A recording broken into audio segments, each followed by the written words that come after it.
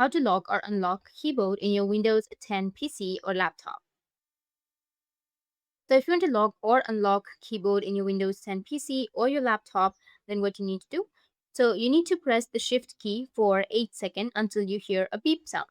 Not on your online keyboard, you need to go with your physical keyboard.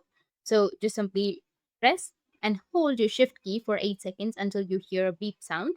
Once you have that sound, it will ask you that if you want to turn on the filter keys, you need to just simply click on yes and your keyboard will be locked. And if you want to unlock your keyboard, then you will again click on the same shift for more than 8 seconds and you will again hear a beep sound and it will be removed. So if you're pressing the shift key which will be on the left side of your screen, then it won't work. You need to go with the right side shift key.